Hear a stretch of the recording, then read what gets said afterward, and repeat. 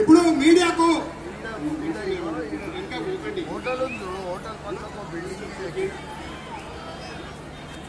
మన యొక్క అందరు కూడా ఈ యొక్క జెండాలు కొంచెం జరపండి, దయచేసి జెండాలు కొంచెం జరపండి.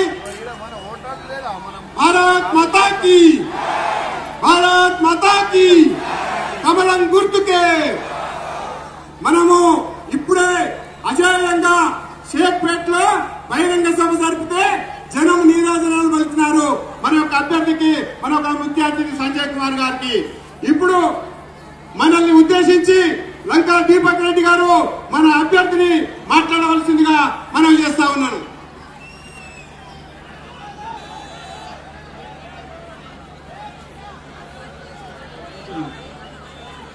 నమస్తే, అందరికీ నమస్కారం. జై శ్రీరామ్, జై శ్రీరామ్. భారత్ మాతా కీ, భారత్ మాతా కీ.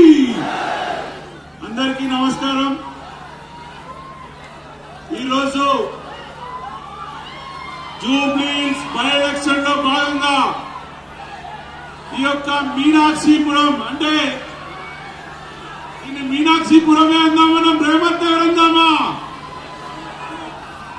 ఇక్కడికి విచ్చేసిన ప్రతి ఒక్కరికి, అన్న, అక్క, చెల్ల, తమ్ముడు అందరికి కూడా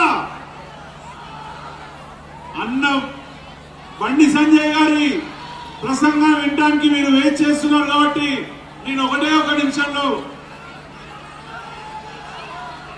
మీ అందరినీ కూడా కోరుకునేది ఏంటంటే, చుట్టుపక్కల కాన్స్టిట్యున్సీ లాగా మనం కూడా డెవలప్మెంట్ కావాలంటే భారతీయ జనతా పార్టీకి ఓటేసి నాకు ఓటు రూపంలో నాకు బలం ఇచ్చినట్టయితే అసెంబ్లీలో మనకిక్కడ ఎప్పుడు చూసినా డ్రైనేజీలు ఇవన్నీ పొంగుతూనే ఉంటాయి, ఒక్క రోడ్డు మంచిగా ఉండదు. వీటన్నిటిని డెవలప్ చేసుకోవాలంటే మనం కూడా భారతీయ జనతా పార్టీకి ఓటేసి గెలిపించవలసిందిగా కోరుకుంటూ, అదేవిధంగా ఇక్కడ ఉన్నటువంటి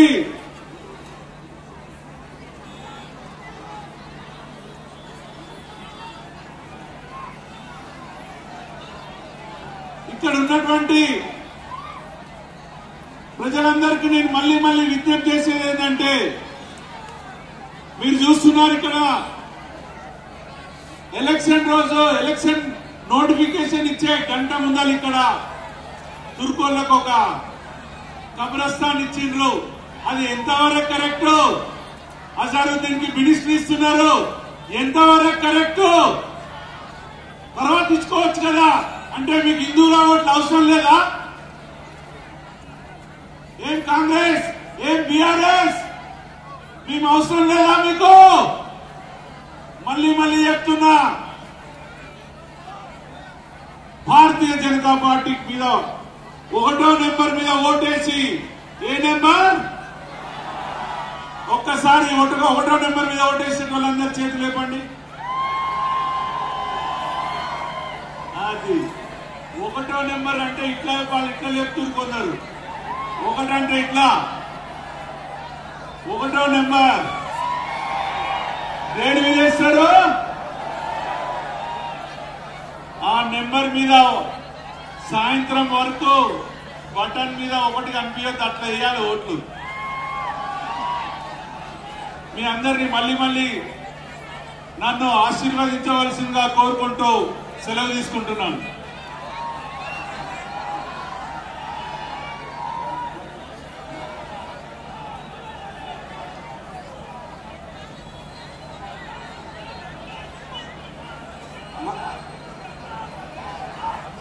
ఇప్పుడు మన యొక్క ముఖ్య అతిథి గౌరవనీయులు కేంద్ర హోంశాఖ సహాయ మంత్రివర్యులు బండి సంజయ్ కుమార్ గారిని మాట్లాడాల్సిందిగా మనం చేస్తా ఉన్నాం.